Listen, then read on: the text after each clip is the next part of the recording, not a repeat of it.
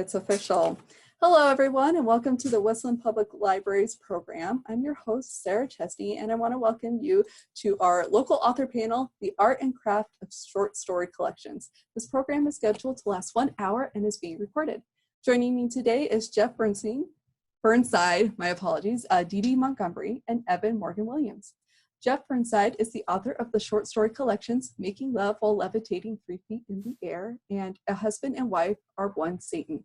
His fiction has appeared widely in literary journals and anthologies such as Story, The Pinch, Valparaiso, my apologies if I pronounce that, Valparaiso Fiction Review, and Everywhere Stories, short fiction from a small planet. He has taught writing and literature at the Academy of Languages in Kazakhstan and at various institutions in the United States. Thank you. Dee Dee Montgomery is the author of My Music Man, Beyond the Ripples, and Then, Now, and In Between, Places, Memories, and Lost in Oregon. She released Humanity's Grace, a collection of linked short stories in January 2022. Dee Dee is a sixth-generation Oregonian and is a Westland resident. I see you quite frequently, so. Evan Morgan Williams has published over 50 short stories in literary magazines.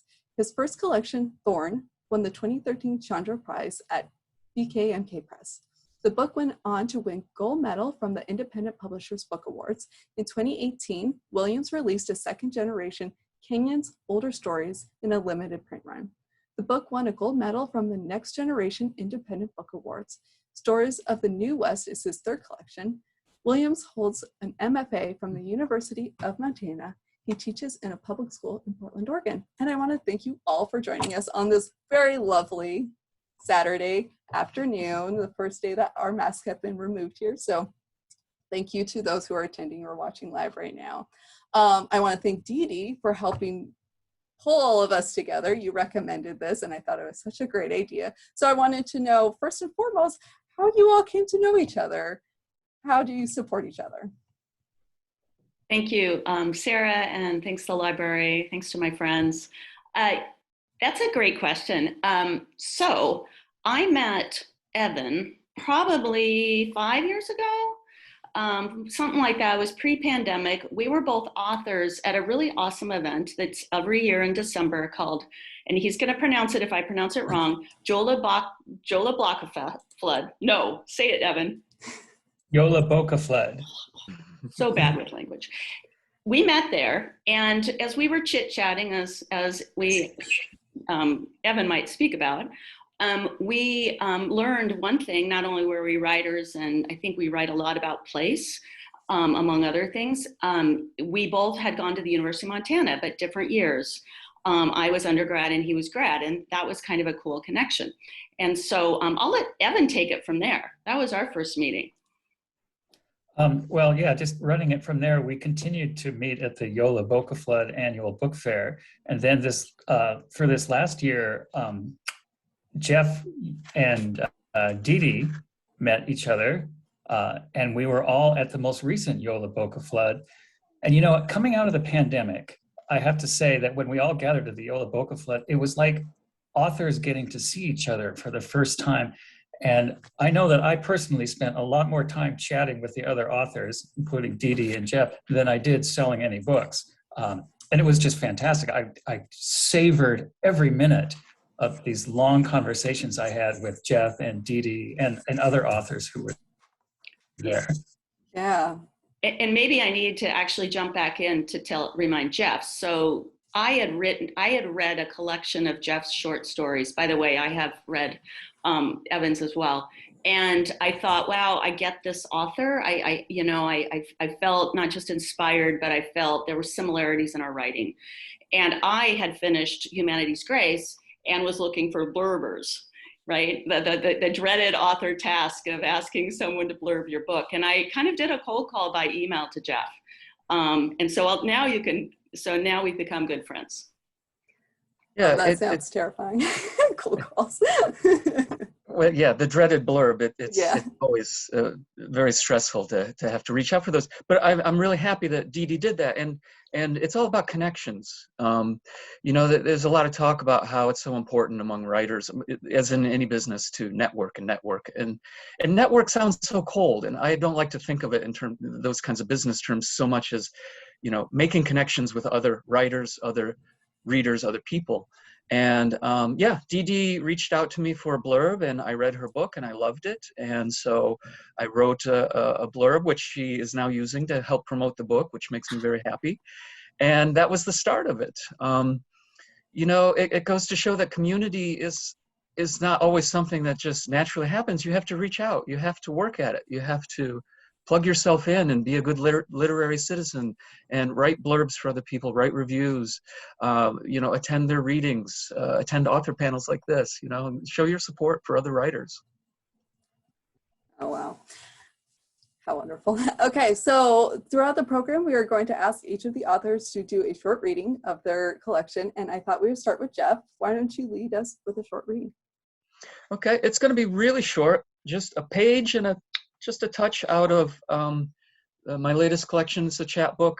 It won the Horizon Chapbook Award. Mm-hmm. And it's a collection of short stories set in Kazakhstan, where I lived for 4 years. And this particular excerpt I am going to read is the beginning of the story called Learning to Fly at the End of an Empire. Oh, and I should say very quickly, the narrator of this story is an adult woman who is looking back to her childhood. To us then, in summer, our grandparents' dacha was the whole world.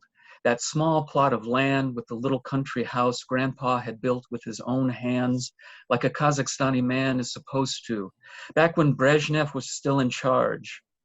By the time I was a schoolgirl, the trees had grown tall and leafy, and it was a quiet oasis of coolness in the blazing desert heat. After last bell had rung, my brother and I would stay for weeks at a time, sharing a room with Granny while Grandpa slept in a small room off the kitchen. Our parents slept outside on the raised tapchan whenever they came on weekends. And like all Kazakhstani boys then and now, it was important for my brother to show his manhood. Yura was only half my 10 years and small for his age. His little body looked as if it might be swallowed whole by the monstrous tentacles of the raspberry bushes.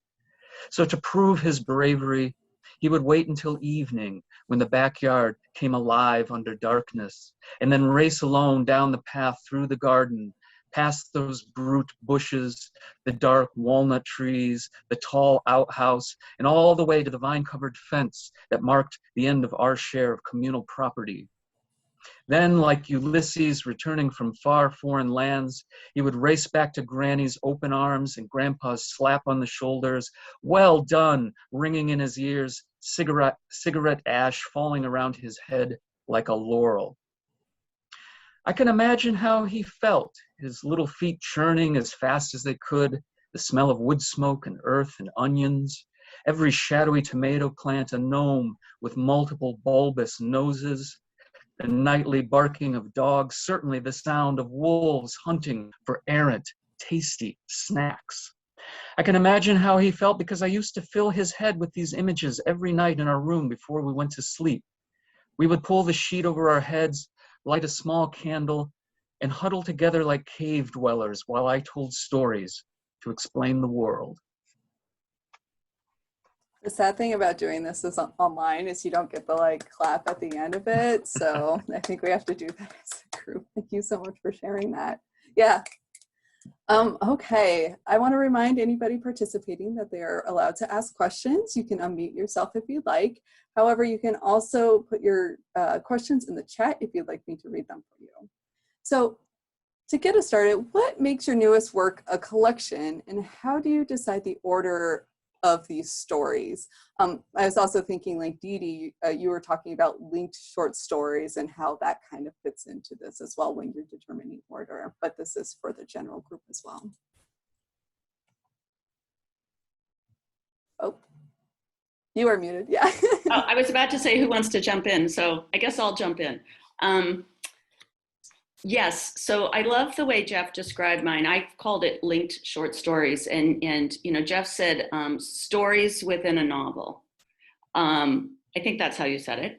And a novel in stories. A novel in stories. I've got to get that right.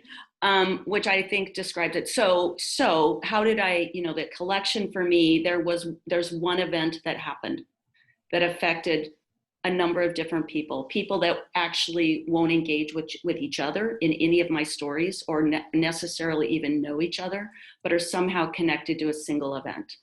And that's how I crafted, you know, what stories will be part of this. There's some key characters that have larger parts in the event, and there's some that are affected in a way that is really subtle, and yet they are. And so I loved that challenge. And of course, as I wrote individual stories, I needed to make sure that they were in fact weaving in appropriately where they needed to, which I loved. And I'm much newer to this business than Evan and Jeff. And so I feel that because luckily I've been a big reader all my life, which I think most writers are, you know, I've really had that idea of kind of those favorite short story authors like Alice Munro, and, you know, the way characters are weaved by, like Elizabeth Strout. So, and then in terms of the order, that's really interesting. I didn't want it to be a basic chronology. And so I played around with it a lot. And I recently had a friend telling me about another book of an author who wrote short stories and has different suggestions of how to read them to get a different look at the book. And I've thought about now, and she was going to go back in and read mine in the current chronology, because each story I have a date, right? So I think that's enough about me. Well, okay, I'll go next. In terms of what makes this a collection for me, I had 2 previous short story collections, and I would like to think that if there's a thing that's unifying them, they represent certain phases of me as a writer. And so my first collection, these stories was mostly written between 2000 and 2010. And then after I got that published, I went back and self-published older stories. And these are more from my Barry Lopez is my God phase, where, you know, that's kind of more of a theme. They have a very Barry Lopez-like feel. But this newest collection, these are the stories I've written from about 2010 onward. And they feel different to me. They do feel new. They feel like I'm growing as a writer. And so and that's kind of the wordplay of the title, Stories of the New West. It's my new West. I'm taking risks here and learning things that I didn't know when I was writing the previous collections. I could speak to the story order a little bit. I could go into more detail later, but I don't want to talk too long. But basically, what I did notice when I ordered the stories is the first story and the last stories, both of them involve a character that when they're having their epiphany, they go on a run. And I thought that was an interesting trope. I thought I used that twice, where a character is having a moment of crisis and they have a fight or flight response and they flee. And I thought, well, that's interesting. I think I'm going to bookend. I'm going to bookend the books with the stories with that. Maybe later, if someone wants to talk more about it, I can talk more about how you order the stories to make them appealing to editors and other gatekeepers. But that's kind of a different question. Yeah, I think one of our questions later addresses kind of the biz aspect of it, and that might be an excellent time to talk about that. Well, Evan, that actually segues nicely into this. I happen to have it back here. My other 2 books. And this is the short story collection, the first one. And so you mentioned flight, bookending one of your collections, and that's how I organized this particular collection. It's not linked in the sense of characters, although there are a couple of recurring characters that appear here and there, but more of the unifying idea of flight in its different senses. It can be literal flight, it can be flight as in running away from something, and so on and so forth. I list all the different definitions at the beginning of the book that kind of tie into the collection. For this, it was a lot easier. They're all set in Kazakhstan, right? So that's a natural unifying theme. I will talk briefly about order, because this isn't really about the book business part, but about, you know, how I was thinking in terms of the collection. I ordered it initially going from the most sort of realistic, action-oriented, heavily narrative story to the most psychological story, with the gradations in between. So the collection increasingly went inward into the characters' minds. And I was really happy with that. But my publisher said, you know, I think there's too much of the heavy psychological stuff at the end right now. We should move one of these stories up closer to the front. And the way I'd originally had it was the title story was smack in the middle, which I also liked because it just felt kind of balanced. And what this did was move the title story back. But as it turned out, he was right. And I guess it goes to show that sometimes we can think of these very clever ideas that seem thematically interesting, but sometimes the better approach is variation and surprise and not letting your reader get too much into a groove. And so the new order that we settled on does that. It has much more of an up and down, surprising through line. To be honest, that equally sounded fascinating, though, just that slow descent into chaos. That would have been, I think, equally, that's your future short story collection. Yeah, well, you know, it works both ways, but I'm happy with how it turned out. Yeah. And sorry, we had a comment from Cher. She loves Barry Lopez. So you were feeling a little like, apparently there's... We all love Barry Lopez. Yeah. Yeah, can't complain about that. So we were since we're kind of getting on the topic of publication anyways, you're like, let's talk about that order, because you were briefly touching on that. What was your path to publication? And this can be included in that order. And then did you notice anything changing about your writing style? Like you were talking about how they recommended putting the beginning story in the middle. Has your publication having been published, has that changed how you approached your writing? Has that changed how you order and choose your short stories? And I wanted to give Evan the opportunity to go based off of the order that he was talking about earlier, since it would have been a perfect segue. Okay. Yeah. Okay, so my path to publication, I have three paths. This book, my first book, was published by a small university press, and it won their annual short story collection contest. And this is a very common way to get a short story collection published, because agents and big publishing houses aren't typically interested in short story collections. They want novels. So this went through University of Missouri, Kansas City's press. I won a $1,000 prize, and they published the book and covered a lot of marketing and stuff. And then my second book is a collection of older stories, and I self-published this myself. And I can tell you, self-publishing is a ton of work. Yeah. Reach out to people, get help. If you want to self-publish, it's viable. You're not going to make any money, but you're going to get your book out there, and it will feel good.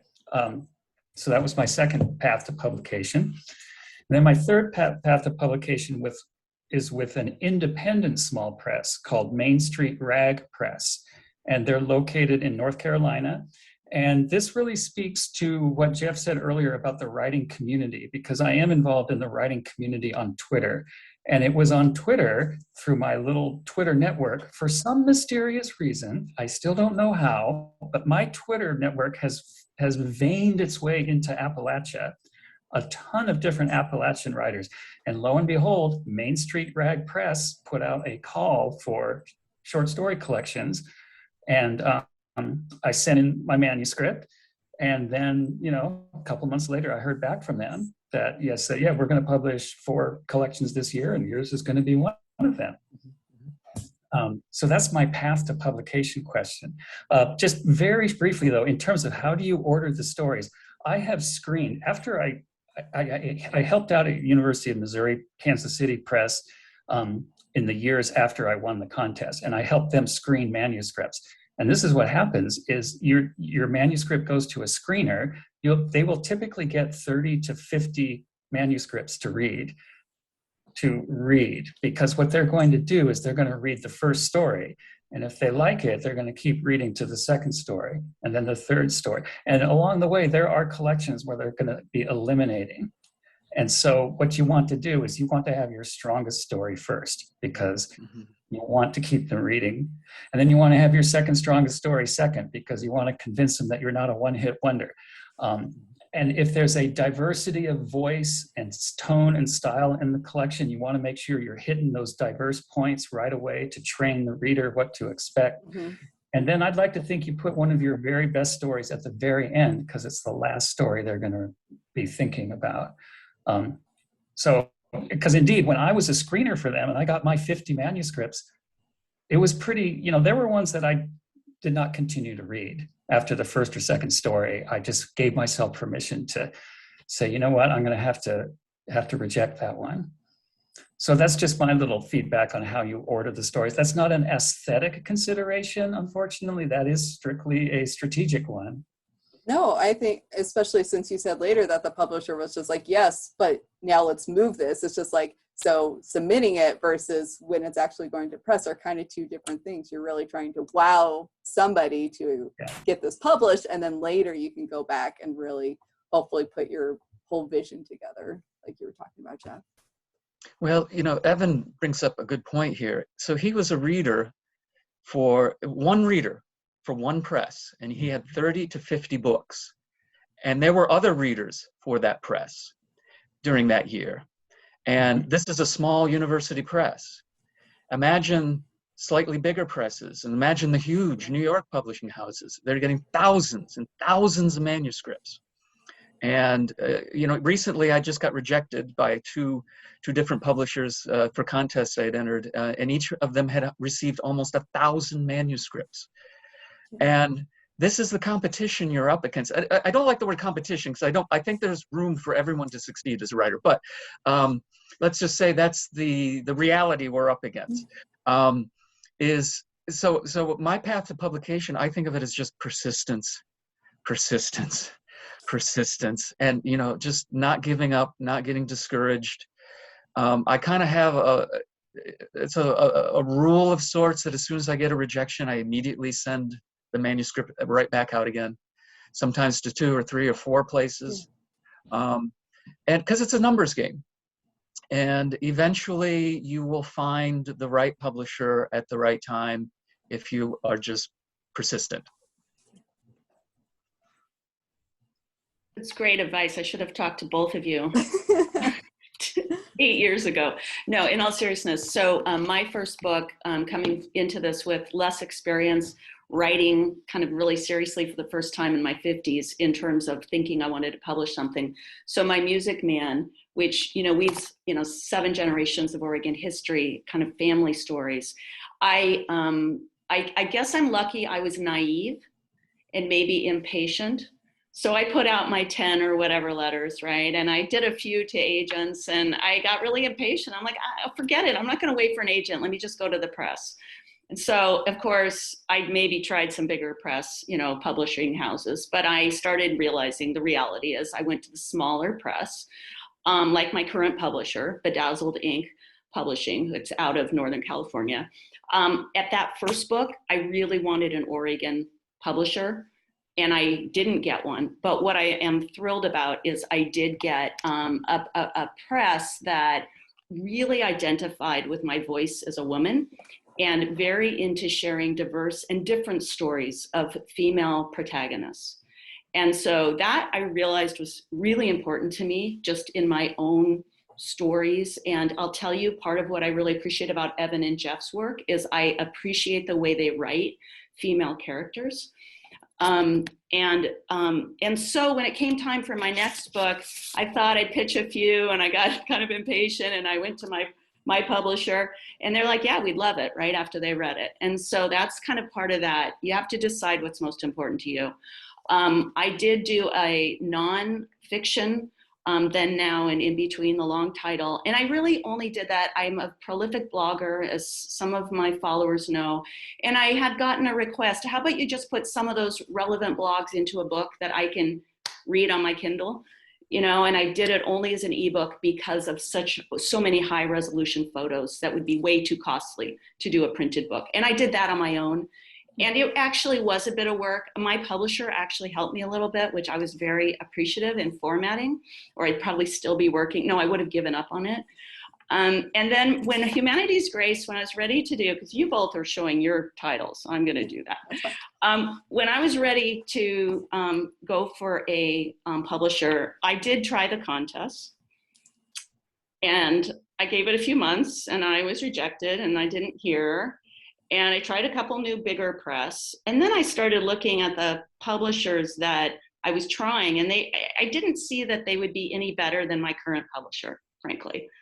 And I really appreciate the loyalty of my publisher. So again, it was kind of a quick, you know, got it to them, they reviewed it, and I had a contract. And so that has worked for me. Yeah.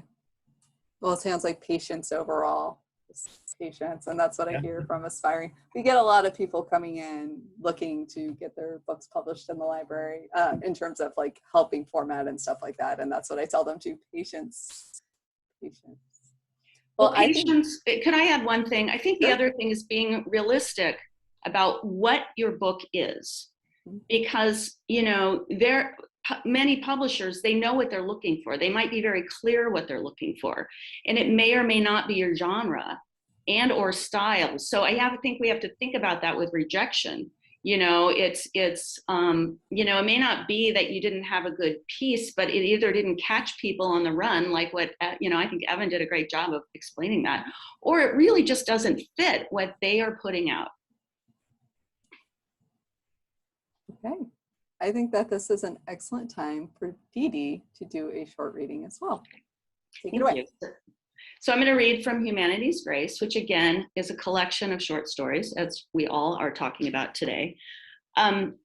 What's maybe a little different is a couple of characters from Beyond the Ripples show up in this book and are some of the lead characters, but there's many new ones. And so I just want to preface what I'm reading. I'm reading about the 5th chapter in, and I'm reading this a story of Tabitha, who it's the only story she shows up in, but she's married to a police officer, Calvin, who does show up in 3 stories. What did it mean? Oh, and I'm going into the middle of it, by the way. What did it mean for her now, yelling so loud like that in front of the kids? She was confused and wondered if she'd have to pack a bag and show she meant business, or give in, return, and pretend it was a bad night. Move on for the good of the kids, like always. Now, for the first time, she wasn't sure it was for their good, but how did anyone know when now was the right time? Was there a sign people saw bursting in from the universe like a game show host commanding, Tabitha, now is your moment? Nah, she never believed in new age crap like that. No, maybe this time it was not about the kids anymore. Her brain was spinning out of control, caught up in a mishmash of thoughts so fully consuming her, the gods could shovel out-of-season buckets of snow down, and it wouldn't break her from this conundrum of thoughts. Beautiful day, isn't it? Darn.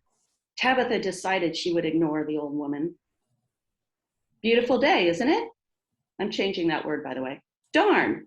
Tabitha decided she would ignore the old woman. Beautiful day, isn't it? Tabitha muttered, barely audible to someone with sharp hearing. Darn. She contemplated saying it louder, hoping it would make the woman shut up and mind her own business. Instead, as if on a roll, she erupted in unbridled frustration. No, it's not. It is not a beautiful day, Tabitha yelled, surprised to hear herself so angry. She challenged the woman with her stare. Don't you dare talk to me. Tabitha was certain this would scare off a little old lady protected by a fuzzy cardigan. They're sitting on a park bench, by the way. The woman astonished Tabitha as she boldly peered back at her, eyes magnified behind thick glasses. Well, you've got a bit of an attitude, don't you? She said it firmly, almost nasty, but not quite, like how you might reprimand a whining child. It's a horrible day, and I don't want to talk to anyone, including you. Got it? Tabitha shook, shocking herself as if she'd finally unleashed her own personal monster. a monster that had festered while restrained deep inside. Rather than retreat, the woman gazed confidently back at her. She removed her plastic-framed glasses, breathed on the lenses, and deliberately rubbed them one at a time with the edge of her cardigan, before slowly placing them back on her face. Tabitha knew it would only smear whatever was on the lenses and felt mean enough to point it out, but she didn't. The woman then turned her body slightly so she could fully face Tabitha. Her frames were crooked, reaching above her right eyebrow and below the other. And I'll stop there. Again, an audience with That's one of those, that passage reminds me of Martin Scorsese's advice, follow the objects. Yeah, that's true. Actually, the one thing that stuck out to me was you mentioned the crooked frames, and I think as glasses wearers, I'm like, yes, I felt that to my core just then.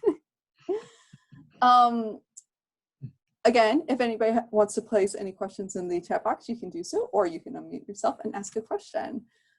So moving on, earlier, Dee Dee, you had described how you're very character driven. And I thought the next question, it would be nice to kind of talk about what would you describe as the defining characteristics of writing about place? And you're talking about characters and place, and you're just talking about the park bench and setting that scene and between the two characters. So let's talk about writing about place. And whoever would like to start can do so. Well, I'll jump in there. The sort of what's almost become a cliche is that writing about place is when place is so strong it becomes an extra character in the book, and that's certainly true. And I think it's important to think of it that way, but to think of it even more broadly than that. You know, if place has indeed become a character, then it needs to act like a character. It needs to enter into conversations with the other characters. There needs to be tension between it and the other characters.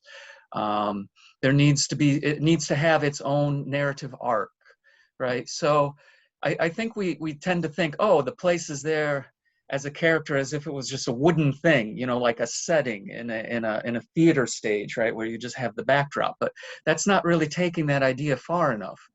The place really has to have agency, just the same as all the other characters have agency.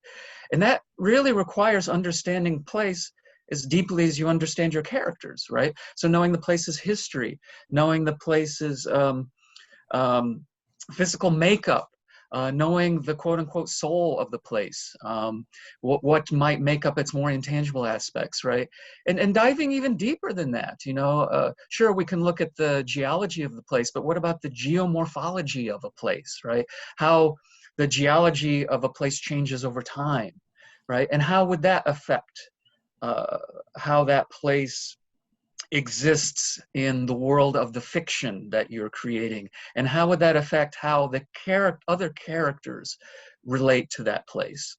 What are the myths of that place? What are the stories that come out of that place that are going to inform the stories of the other characters, right? So to me, place is not just setting. It has to be something that is integral to the story and interacts with everything else in the story.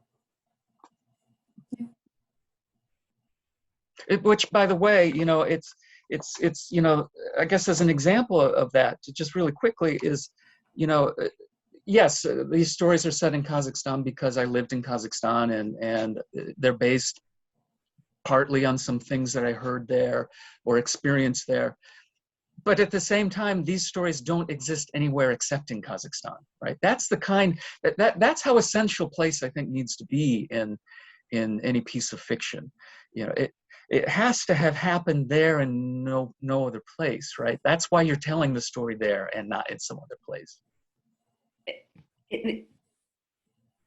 This is why I love working. I know Evan is going to speak on this. I'm going to just interject and just say why I love working with other authors, especially those who are, maybe more schooled or have been writing longer in this kind of way than I. Because for me, places like, if I were to ask, that was such a beautiful explanation, Jeff. For me, though, I would just say, like, I feel it. Like my writing, I write what I feel in place, and that was really easy for me in my memoir, right? Because the Willamette River lives through me, the memories live through me. And so for me, I love your piece about interacting, right? And, and my characters do interact with the place, and I think the place interacts back. But for me, it's almost hard for me to put words on how I do that or how it makes me feel. And so again, thank you for sharing what you just did. That's super helpful. And I think, yeah. Yeah, it's only because I thought about this because I teach a class on place-based writing, and but yeah, so I'm able to put words to these feelings. But when I'm writing, it's their feelings too, right? So much of our writing is instinctual, and I think it needs to be because you want to go into a very deep place and not be too much in your head when you're writing. That comes later on when you're editing. But feelings are part of place too. Right, inexplicably, we talk about being tied to a place, right? And usually that has this positive connotation, like I have deep ties to the land or something like that, and which is wonderful. But ties can bind, but ties can also restrict, right? Ties don't always have to be positive. We can be tied to a place because of haunting memories, because of negative things that happen to us in a place that we cannot get over. And so it's certainly it's about feelings are brought into that, and our unconscious feelings and our unconscious ties to a place, whether those ties are positive or negative. I was just going to add to what Jeff said about place cannot just be setting; it needs to be integral to the other aspects of the story, which is just super exciting. And then the way you said the story has to take place there and no other place. And for me, writing about the West, a lot of my stories are set in the Rocky Mountain West. A lot of them are set along the Pacific shore. But one of the defining characteristics about the West is it's a place where many people are drawn on promise. There's obviously the Western expansion, the gold rush, all of the settling of Oregon. But even in the modern West, people come West on a promise, a hope, a dream. And that makes fun storytelling because a lot of those dreams don't often come true. And there's dealing with aftermath is a great place for stories to explore. The other thing about place in the West, different cultures have very different perceptions about what's going on in the West, especially European background versus Native Americans would probably be the biggest distinction there.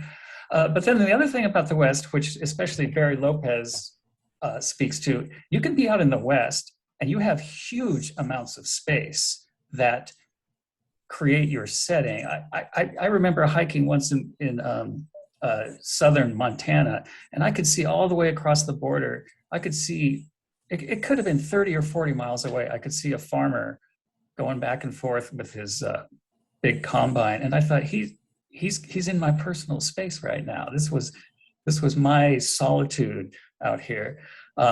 So I don't know. For me, that's just kind of, it's more than just what you said. Yeah, it's not just the place is another character in the story. It has to start affecting the aesthetics of the story. It has to start affecting what's at stake for the other characters in the story.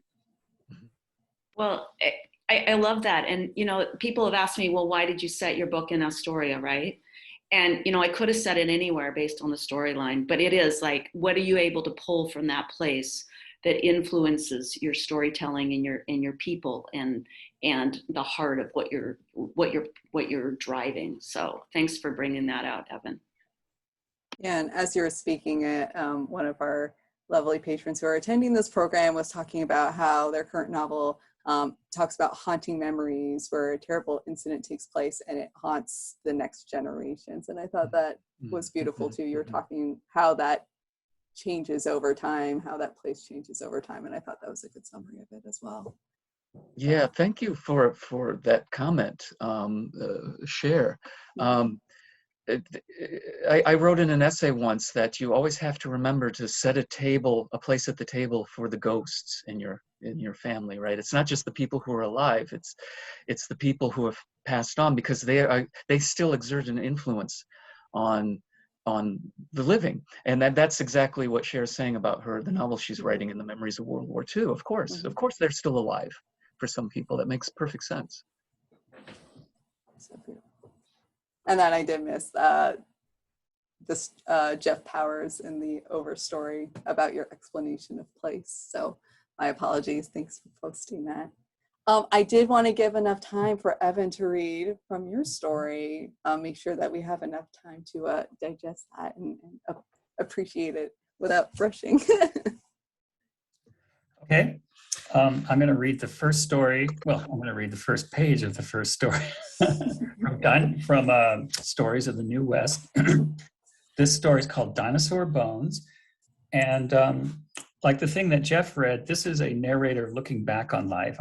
I love this point of view. I call this the long look back. Okay. My dad was a Montana dreamer who amounted to nothing, but I'll grant him this. He dreamed big. Give him a pail of lemons and he'd make the usual lemonade, but then he'd plant lemon trees in the wet clay along the Yellowstone, confident they would thrive and shake off winter snow the way a dog shakes off rain. I was not a dreamer, and by the time I turned 17, an age when my dad claimed to have driven a semi-truck, tamed a Mustang, and laid a college girl, I was living with my mom in California and contending with realities that discouraged me. Gazing in the mirror, I saw a skinny kid with freckles and pale paper skin. I had never kissed a girl. My surfboard hung in the garage, never used because I couldn't swim.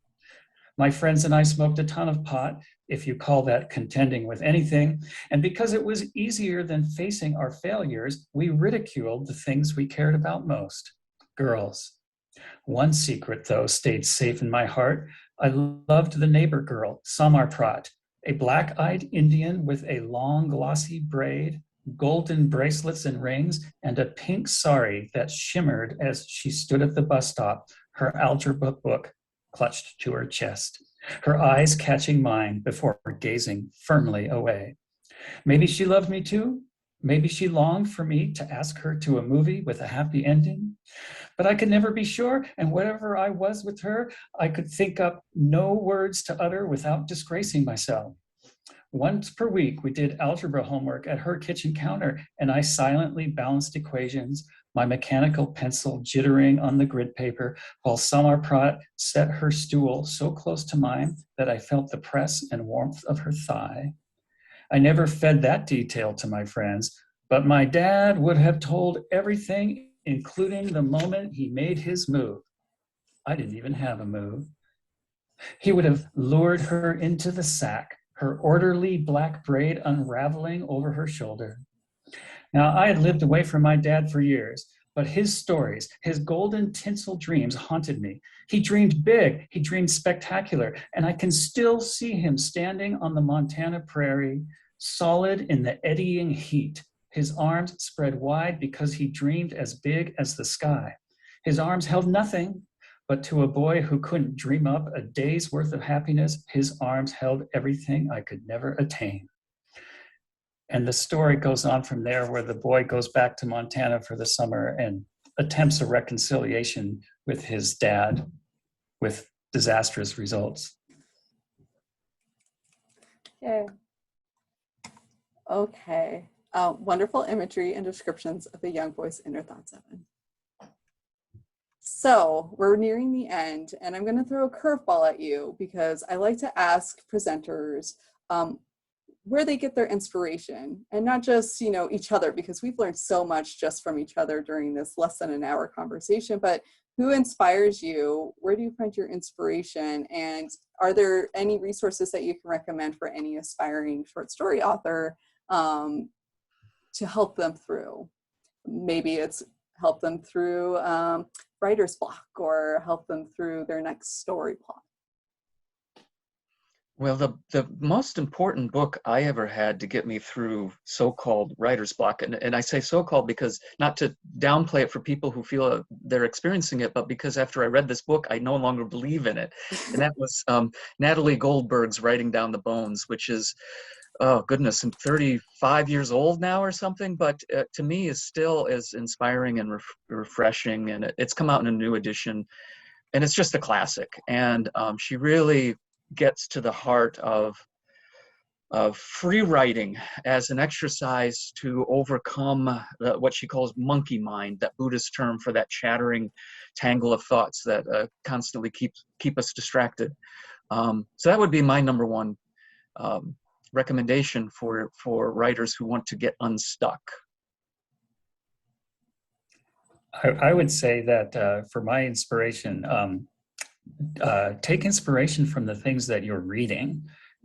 Find those short story writers that you love.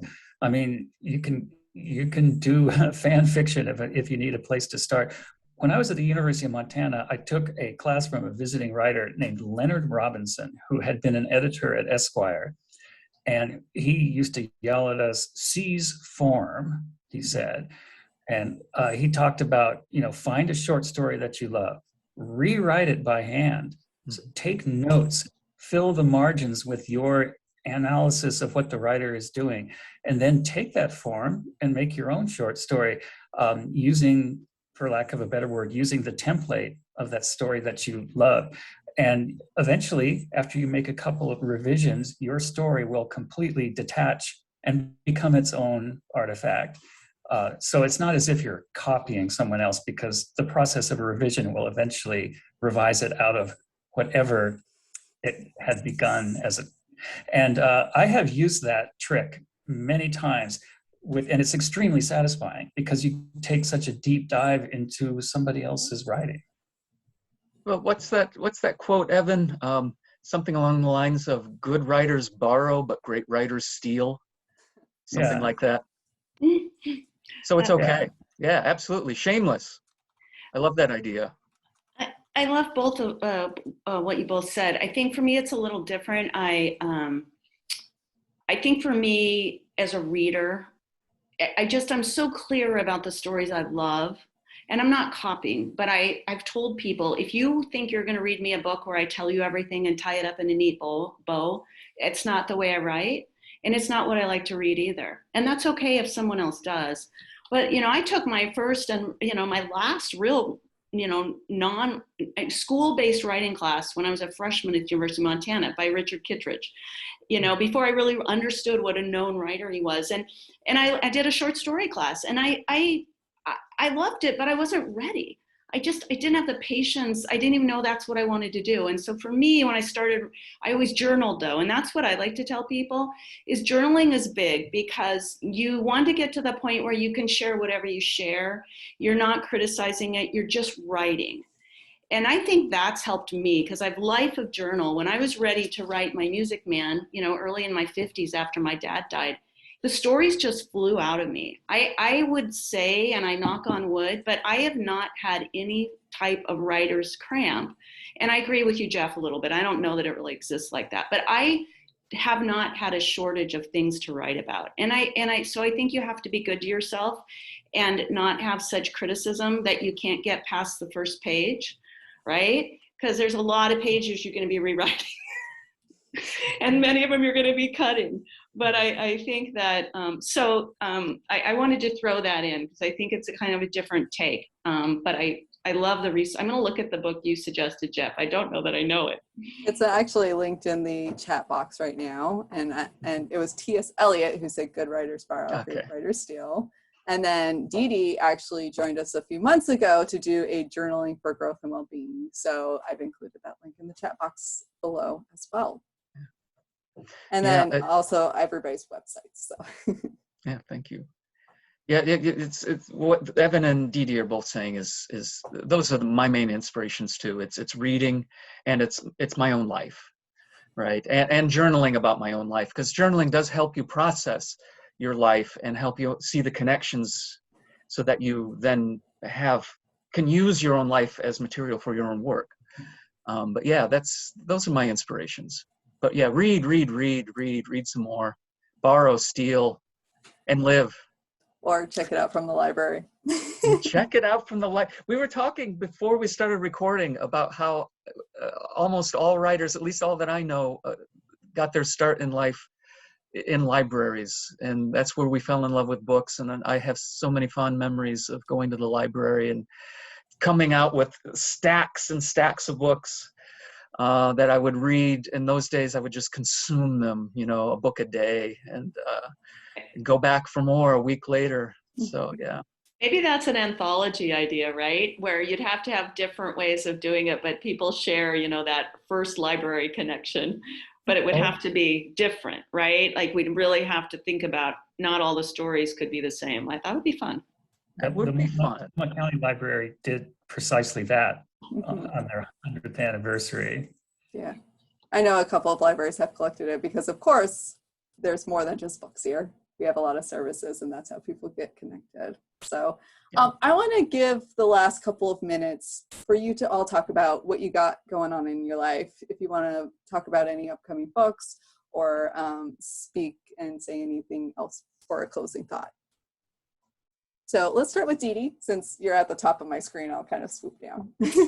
Okay, well, I'm busy, helping people know about my book. And some people have found that they want to read this book first. Beyond Ripples, these are both literary fiction, although this is short stories. I think, though, this will always be the most popular book of what I've written. And those people that have long-time Oregon roots or are curious about it. And so I have an idea for my next work. I was kind of hot on it about a year ago, and I'm not sure now, so I'm kind of sitting on that. That was more like a nonfiction memoir thing, and I'm not sure that's what I want because I love the creative fiction. And so what I love is the blogging option for me. As I said, I blog probably once a week. I'm right in the middle of a blog that was one blog. I rarely ask my writers group for thoughts, and they gave me thoughts, so it's becoming 2 blogs. And it's kind of about the stories we tell from before. So you can stay tuned for that on ddmontgomery.com. And that's good for me, I think.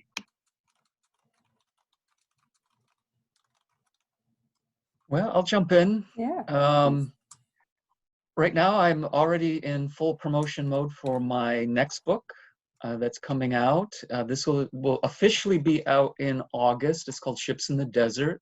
So whereas my last book was a collection of short stories, and my first book was a collection of short stories, this is a collection of essays. It does pick up the theme of a husband and wife or one Satan, in that it's based on my time in Kazakhstan. So the central essay is an environmental essay about the Aral Sea disaster in Kazakhstan and Uzbekistan, and talks about the sort of the implications of that in the context of our ongoing global warming, which we now, if we didn't know it 30 years ago, we certainly know it now, is full force. So yeah, that's my main project, is soliciting blurbs and connecting with reviewers and all that business type stuff. We didn't talk too much about business, but maybe we can do that for another chat. Yeah.